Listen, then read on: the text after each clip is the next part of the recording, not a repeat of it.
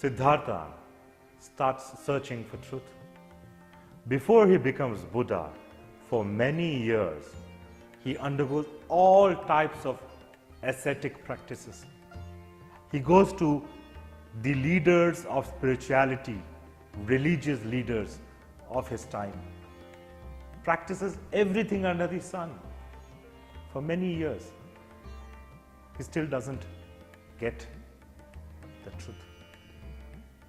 Then one day, one full moon night, he decides that he'll give up even this quest for truth.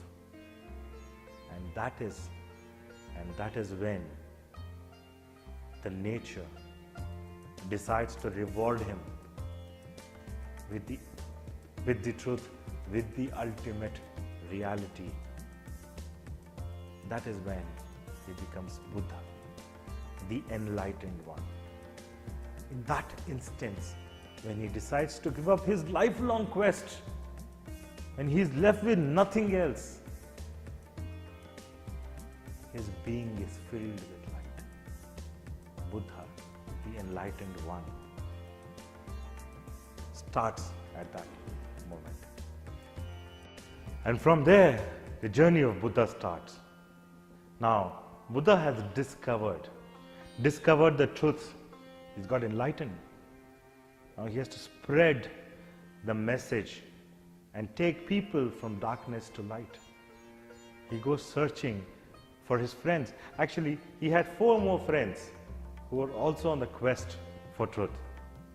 He finds them in Banaras, close to Banaras, in a place called Sarnath. And that is where he teaches them this very, very, enlightened truth.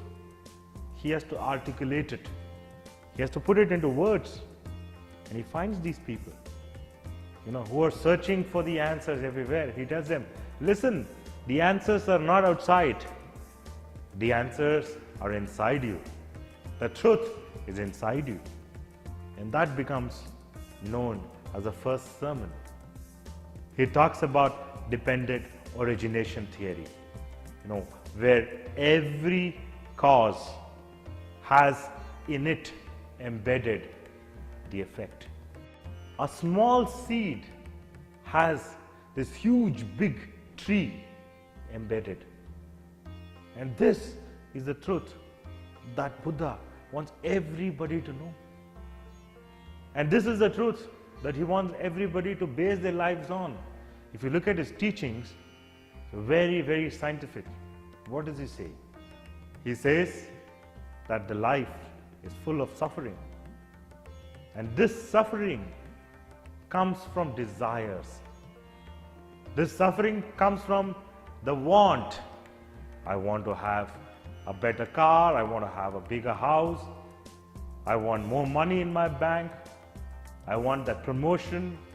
There's so many wants that each one of us have. And when this is not fulfilled, we suffer. He says, you can curb your desires. How do you do that?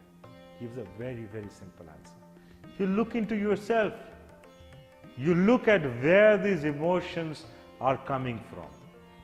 Once you see that, once you see where these emotions originate, you're able to manipulate them. You're able to achieve a deeper level of understanding. And once you understand, this suffering becomes bearable.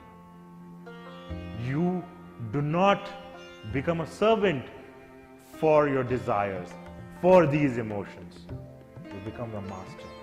You become the master of your mind. You become the master of your emotions. You become the master of your life. And that's how you can achieve the purpose of your life. How scientific. Don't look for solution outside you. The solutions are embedded inside.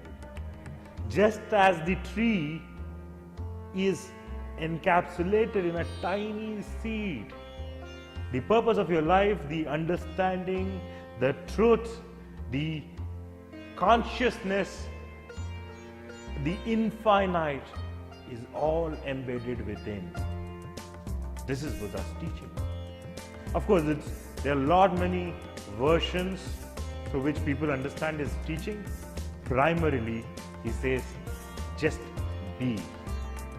Witness yourself.